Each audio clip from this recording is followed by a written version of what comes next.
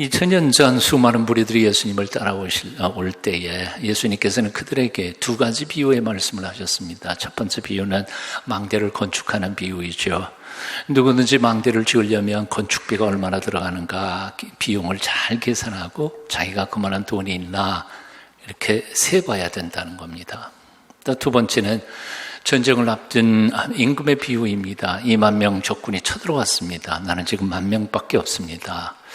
이 1만 명 가지고 적군을 싸워서 이길 수 있겠나 잘 계산할 거라는 거죠. 나는 1만 명밖에 없지만 저 사람들은 멀리서 왔으니까 피곤할 테고 지리적인 이점을 이용해서 우리가 작전만 잘 세우면 이길 수도 있겠다. 그런 승산이 생기면 전쟁을 하지만 아무리 생각해도 이길 것 같지 않다. 그럼 아예 미리 화친을 하는 것이 지혜로운 거다. 이게 예수님께서 말씀하신 두 개의 비유인 거죠. 자, 예수님께서는 이 두 가지의 비유를 왜 하셨을까요? 이유는 아주 간단합니다. 아주 분명합니다. 당신의 뒤를 제자 되겠다고 군중들이 왁 하고 따라오는 것을 보면서 손익계산부터 정확히 잘해 라고 명령하시는 거죠. 손익계산. 계산 좀 잘하고 따라와. 딴 사람들 온다고 같이 따라오지 말고 망대 건축을 앞에 놓고 건축비용과 자기가 가지고 있는 돈을 계산 잘못해 가지고 그만 망해버리는 사람들 제법 있더라는 거죠. 2만 명 군사로 쳐들어오는 적군과 1만 명 군사로 싸워 이길 수 있는지 없는지를 계산 잘못해서 망한 나라도 한두 개가 아니라는 거죠.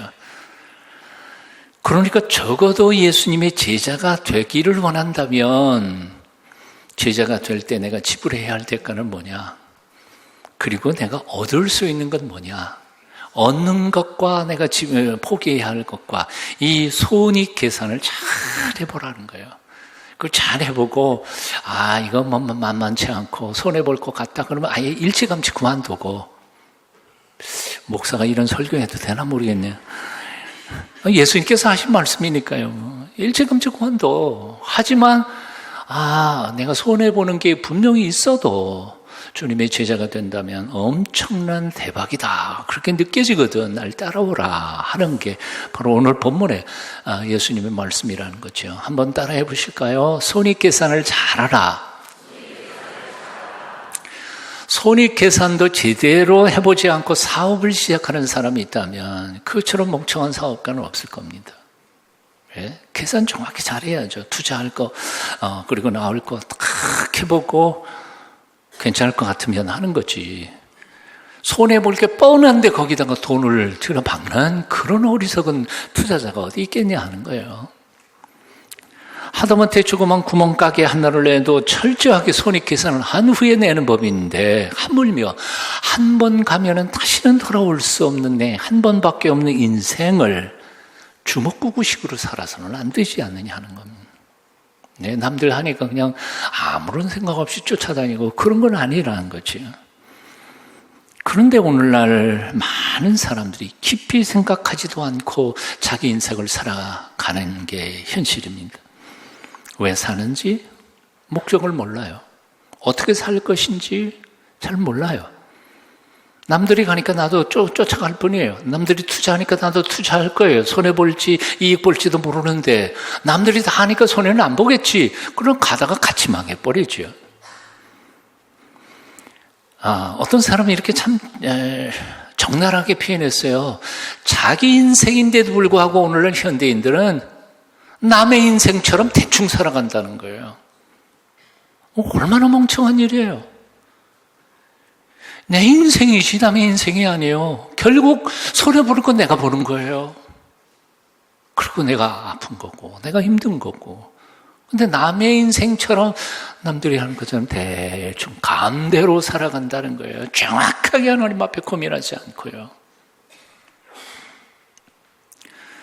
2000년 전 많은 사람들이 예수님을 호기심 때문에 심심해서 구경거리로 빵 조각 몇 개 때문에 따랐던 것처럼 오늘날 이 시대에도 많은 사람들이 깊이 생각하지 않고 고민하지 않고 교회를 들락날락 한다는 거죠.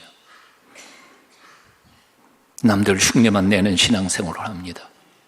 똑부러지게 헌신하는 것도 아니고 그렇다고 안 믿기로 쫙 결단해서 나가버리는 것도 아니고, 나가자니 겁나고 헌신하자니 힘들고 어정쩡하고 흐리멍텅하고 미지근하고 대충 그럴 듯 구색만 갖춘 냄새나 피우는 그리스도의 향기가 아니라 냄새만 피우는 신앙생활을 하고 있다는 거지.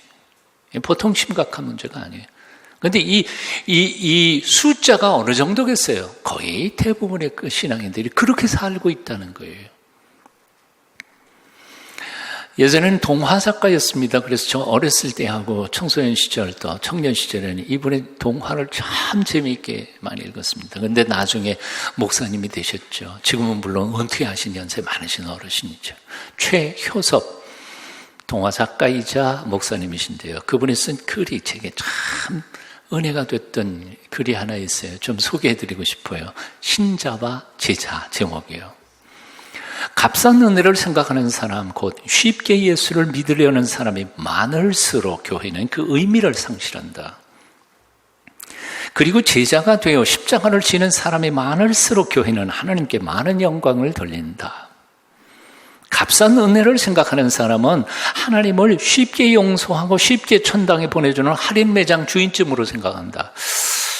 회개하세요. 그렇게 생각했던 사람은. 그러나 예수님께서는 나를 따라오려고도 내 소유를 포기하라 라는 비싼 대가를 요구하셨다. 신자는 열매가 빈약하고 제자는 풍성한 열매를 맺는다. 신자는 자기 혼자의 영혼도 겨우 건지나 제자는 그리스도를 영화롭게 한다. 신자는 그리스도의 사람이라 불리기도 쑥스러워하나 제자는 큰 소리로 나는 그리스도인이다 라 소리친다. 신자는 싼 값을 지불하며 살고 제자는 비싼 값을 치르며 산다. 신자는 빈 어깨로 천국에 가려 하고 제자는 남의 십자가까지 지고 천국을 향한다. 신자는 혼자 기뻐하고 혼자 만족한다. 그러나 제자는 눈물과 기쁨을 이웃과 함께 나눈다. 예수님께서는 나를 존경하라, 나를 예배하라, 내게 영광 돌리라 말씀하시지 않고 나를 따르라고 하셨다. 따른다는 것은 예수님의 행동을 따라 실천하는 것이다. 예수님처럼 나도 희생하고 예수님처럼 나도 살아가고 예수님께서 십자가를 지셨으니 나도 나의 십자가를 지고 예수님을 따르는 것, 그것이 믿음이요 그것이 예수 사랑이다. 아멘. 아멘. 여러분은 어떤 사람입니까? 오늘 이 시간 자기 자신을 한번 진단해 보십시다. 그럭저럭 대충신자입니까? 아니면 사명의 십자가를 짊어지고 주님의 뒤를 따라가는 참된 제자입니까? 예수님의 뒤를 쫓아다니면서 떡이나 몇 조각 얻어먹던 군중 사람들, 대부분의 군중의 사람들 아닌가? 그들처럼 대충 복음은 듣는 둥 마는 둥 예배드리다가 어려움을 당하면 그때서야 하나님의 도우심을 구걸하는 이기적인 신자는 아닌가? 정직하게 돌아보자는 거예요. 결단하십시오. 결심하셔야 돼요. 언제까지 대충 그럭저럭 무책임한 신앙인으로서 그렇게 신앙생활 하시겠습니까? 그런 신앙생활 하다가 보면요, 이번 태풍 같은 시련이 팍 불면 다 날아가 버려요. 언제까지 믿는 것도 아니고 안 믿는 것도 아닌 어정쩡한 신앙생활을 계속하시렵니까? 갈멜산 꼭대기에서 엘리야가 이스라엘 백성들에게 이렇게 외쳤습니다. 너희가 어느 때까지 두 사이에서 머뭇머뭇하려느냐? 여호와가 만일 하나님이면 그를 쫓고 바알이 만일 하나님이면 그를 쫓을지니라. 정말 하나님 믿을 수 없겠다. 그렇거든. 그냥 집어치우세요. 정말이요. 하지만 하나님 믿을 만한 분이시라고 믿어지거든. 올인 하라는 거예요. 하나님을 온전히 찾으세요. 그분 만나기를 갈망하며 그분 앞에 나아가 부르짖으세요. 나 왜 이렇게 믿음이 없어요? 하나님 내게 믿음 주세요. 나의 기도가 살게 해주세요. 깊이 있는 기도를 이 가을에 여러분 시작하십시오. 하나님은 당신을 찾는 자를 만나 주신다고 약속하셨습니다. 결코 우리의 부르심을 외면하시는 하나님이 아니십니다. 구하지도 않고 감히 하나님이 없다고 말하지 말라는 거예요. 구하지도 않고 하나님이 내게는 응답하지 않는다고 불평하지 말라는 거예요. 기도도 한 번, 두 번 해놓고는 쉽게 포기하지 말라는 거예요. 주님께서 말씀하셨습니다. 구하라, 그러면 너희에게 주실 것이요. 찾으라, 그러면 찾을 것이요. 문을 두드리라, 그러면 너희에게 열릴 것이니. 구하는 이마다 얻을 것이요, 찾는 이가 찾을 것이요, 두드리는 이에게 열릴 것이니라. 네, 예레미야 29장 13절을 말씀합니다. 한번 같이 읽어볼까요? 시작. 너희가 전심으로 나를 찾고 찾으면 나를 만나리라. 예수님의 제자가 된다는 것은 쉬운 일이 아닙니다. 그것을 예수님께서는 분명하게 미리 경고하셨습니다. 좁은 문으로 들어가라. 멸망으로 인도하는 문은 크고 그 길이 넓어 그리로 들어가는 자가 많고, 생명으로 인도하는 문은 좁고 길이 협착하여 찾는 이가 적음이니라. 예수님의 제자로 따라 살아가는 것은 분명히 좁은 문으로 가는 거지, 좁은 길로 걸어가는 겁니다. 예수님께서 그 많은 군중들이 쫓아올 때에 당신의 제자가 되는 길이 얼마나 험악한지를 밝히 말씀하자 대부분의 군중 사람들은 다 도망갔다고 요한복음 기록하고 있어요. 요한복음 6장 66절입니다. 그때부터 그의 제자 중에서 많은 사람이 떠나가고 다시는 그와 함께 다니지 아니하더라. 다 가버렸어요. 왜요? 아, 이거 만만치 않구만. 포기한 거지.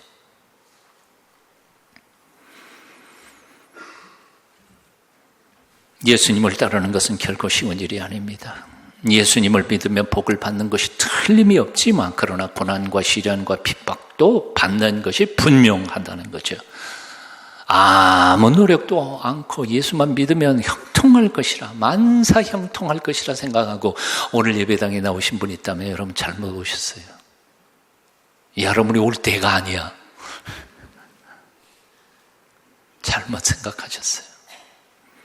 하나님은 이 세상에 그 어떤 것과도 비교할 수 없는 놀라운 축복인 영생과 하늘의 평안과 세상을 이길 담대한 용기와 세상 어떤 사람도 감당할 수 없는 놀라운 하늘의 지혜를 주심과 동시에 이 악의 구조로서의 세상 속에서 왕따 당하는 것과 비웃음 당하는 것과 핍박과 고난을 함께 받을 것을 이미 예수님께서는 말씀하셨습니다. 예수님은 숨기시는 분이 아니에요. 사기꾼들은 그렇잖아요. 불리한 거는 조그맣게 글씨도 보이지 않게 쫙 해놓고 유리한 것만 크게 보여주고 그것만 들면 아주 온 세상께 내 것처럼 그렇게 예수님은 사기 치신 분이 아니에요. 분명하게 얘기하셨어요. 나 따라오면 너는 힘들어. 어쩔래? 계산을 잘 하십시오. 주님을 믿기 때문에 얻을 이익과 주님을 믿기 때문에 손해볼 것을 잘 비교해 보십시오. 어느 쪽을 선택하든지 간에 잃는 것도 있고 얻는 것도 있습니다. 주님을 따라가도 잃는 게 있고 얻는 게 있고요. 세속적인 삶을 살아도 얻는 게 있고 잃는 게 있어요. 그렇기 때문에 결단해야 돼요. 무엇을 포기하고 무엇을 얻을 것인가 하는 거지.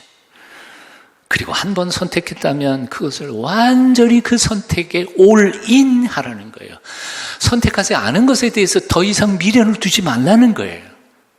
그래서 신앙을 결혼 생활과 비유를 해요. 여러분, 결혼이라는 게 뭐예요? 한 남자하고 한 여자가 만나는 거죠. 그래서 함께 더불어 같이 살아가는 거죠. 근데 결혼을 딱 하는 순간 수많은 남자 중에서 이 한 남자를 내가 선택했어. 그렇죠? 그러면 결혼하는 순간 딴 남자들은 나하고 상관이 있어요, 없어요? 확실히 얘기해. 결혼을 했는데도 딴 남자들이 자꾸 눈에 보이면 이건 큰일 나는 거예요. 결혼이란 세상에 수많은 여자들이 있지만 한 여자를 선택한 거예요. 이 여자가 나 죽을 때까지 같은 내 여자인 거죠. 그렇게 사는 거예요. 그게 결혼이야. 근데 딴 여자가 자꾸 눈에 보이기 시작한다면 그거는 결혼 아니죠. 그건 배신한 거예요. 그래서 호세아서에 보면 바로 이런 거를 음란이라고 말하고 그걸 우상숭배라고 말해요. 얼마나 많은 그리스도인들이, 현대 크리스찬들이 교회 다니면서도 아직도 음란한 하나님 이외에도 사랑하는 것들을 탁 두면서 재고 있어요. 그러니 하나님이 얼마나 배신감을 느끼시겠느냐 그 말이에요. 한 번 선택했으면 결단해요. 끝까지 가야지. 왜 딴 여자 쳐다봐 자꾸. 딴 남자 쳐다보고. 뒷집 아저씨 얘기 자꾸 하지 마세요. 기분 상해요.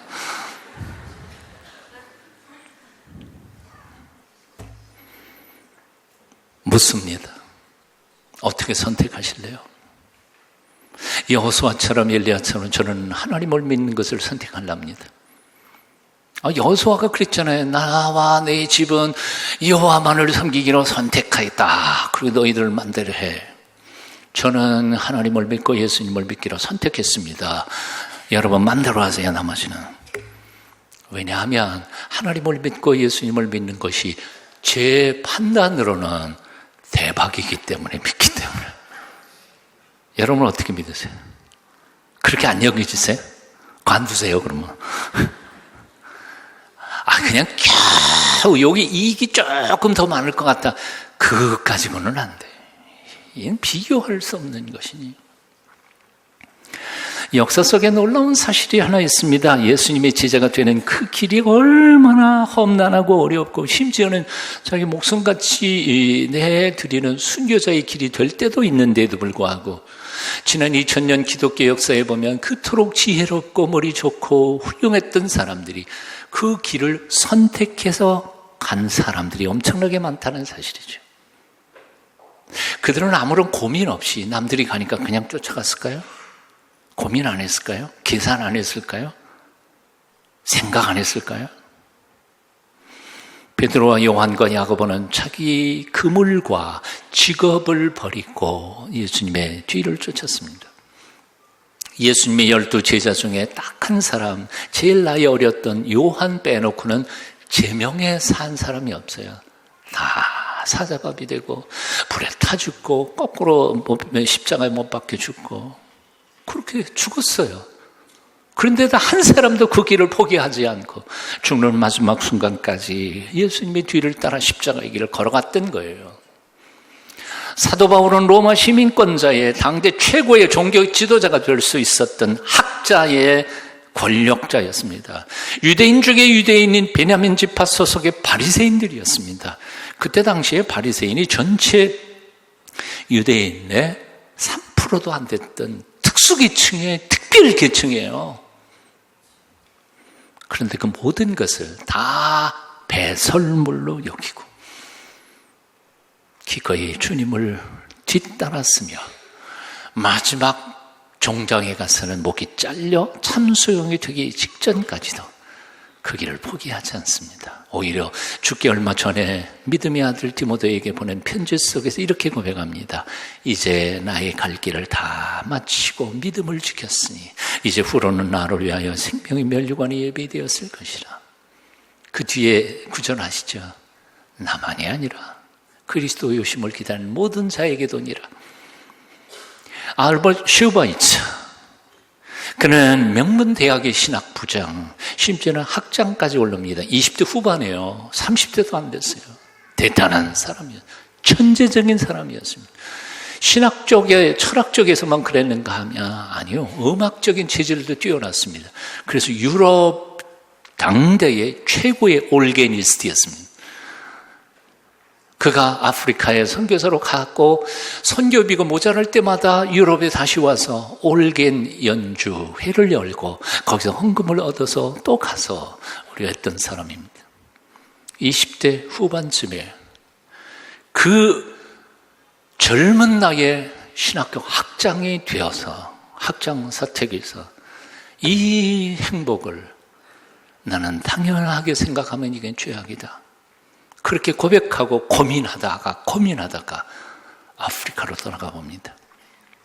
아프리카에 가서는 자기 신학적 지식에 아무런 소용이 없다는 사실을 깨닫고 이들을 돕기 위해서 뭘 배워야 하나. 그래서 30대 초반에 다시 의대에 들어가서 의학 공부를 합니다. 그리고 의사가 되어서 다시 아프리카로 가서 평생을 그들과 함께 살다가 거기 뼈를 묻습니다.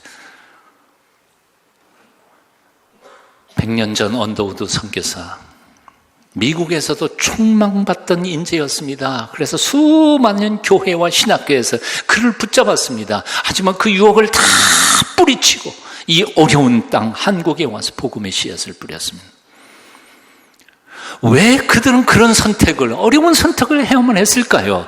자신의 목숨보다 더 소중한 가치를 예수 그리스도 안에서 발견했기 때문입니다. 자신들의 꿈과 비전보다 더 소중한 의미를 예수님의 말씀 속에서 찾아냈기 때문입니다. 세상의 모든 것은 다刹나적으로 사라질 것이라는 사실을 깨닫고 하나님께서 보여주시는 영광스러운 하나님 나라를, 영원한 나라를 그들은 믿음의 눈으로 바라볼 수 있었기 때문이었습니다. 아버지의 뜻이 하늘에서 이룬 것처럼 이 땅에도 이루어질 때 이 땅은 참으로 사람들이 상상도 못할 만큼 아름답고 따뜻한 세상이 될 줄 믿었기 때문이었습니다. 자신들의 피값이 결코 헛되지 않을 줄 믿었기 때문에 피를 흘린 거였습니다.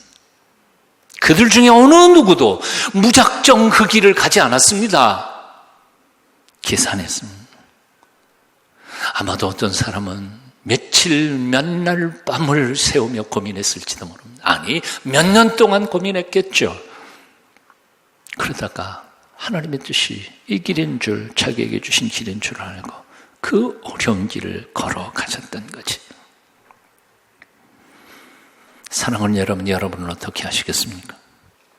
언제까지 신앙의 흉내만 내는 신앙인의 삶을, 어정쩡한 신앙생활을 하시겠습니까? 결단하십시오. 그리고 분명하고 똑똑하게 하나님 앞에 바른 신앙을 가지고 남은 삶을 살게 되시기를 축원합니다. 이명수 목사님의 글을 조금 읽어드리겠습니다. 주님은 우리에게 다가오셔서 물으십니다. 얘야, 지금 내가 제일 애착을 갖고 사랑하는 것이 무엇이냐? 솔직히 말해봐라. 물론 내 아내, 부모, 형제이죠. 주님께서 다시 물으십니다. 아니, 그들 말고 내가 사랑하는 것 있지 않냐? 그것을 말해봐. 가족 말고야 정의, 자유, 인권이지요. 이런 것 위에 꽤 많은 투쟁을 벌여왔잖아요. 주님께서 다시 물으십니다. 그렇게 피상적인 대답 말고 내가 진심으로 아끼고 사랑하는 것 있지 않느냐? 예, 주님, 솔직히 말해 저는 인간이 인간답게 사랑할 수 있는 예수를 사랑합니다. 예수님께서 다시 다그쳐 물으십니다. 이 사람은 너무 고상한 척하지 말고 정직하게 내가 정말 사랑하는 걸 말해. 거의 막다른 골목에 들어와서 저는 진심을 이야기할 수밖에 없었습니다. 주님, 솔직히 말씀드려서 제가 제일 사랑하는 것은 결국 뭐요? 저 자신입니다. 그때 주님은 말씀하십니다. 그래, 내가 그 고백을 듣고 싶었다. 바로 그것을 내게 바치라. 내가 원하는 것은 내 돈도 아니고 내 지식도 아니고 내 명성도 아니라 바로 너 자신이란다. 너 자신이란다. 하나님이 돈이 없어서 돈 달라고 그러시겠어요? 예? 하나님은 우리 자신을 사랑합니다. 결국 모든 것은 다 흙으로 돌아갈 것입니다. 결국 내가 이루었던 모든 업적도 얼마 안 지나면 먼지로 사라져버리고 말 것입니다. 창조주 하나님, 우리 인생의 주인이신 하나님을 위해 살았던 우리의 믿음의 아름다운 삶만이 영원히 하나님 앞에 기억될 줄 믿습니다. 하나님이 주신 죄는 시간, 재물, 그것들을 가지고 연약한 이들을 돕고 섬기면서 하나님을 기쁘시게 해드리는 남은 삶 사시기를 축원합니다. 그러므로 내 사랑하는 형제들아, 견실하며 흔들리지 말고 항상 주의 일에 더욱 힘쓰는 자들이 되라. 이는 그 이유는 너희 수고가 주 안에서 헛되지 않은 줄을 알미라.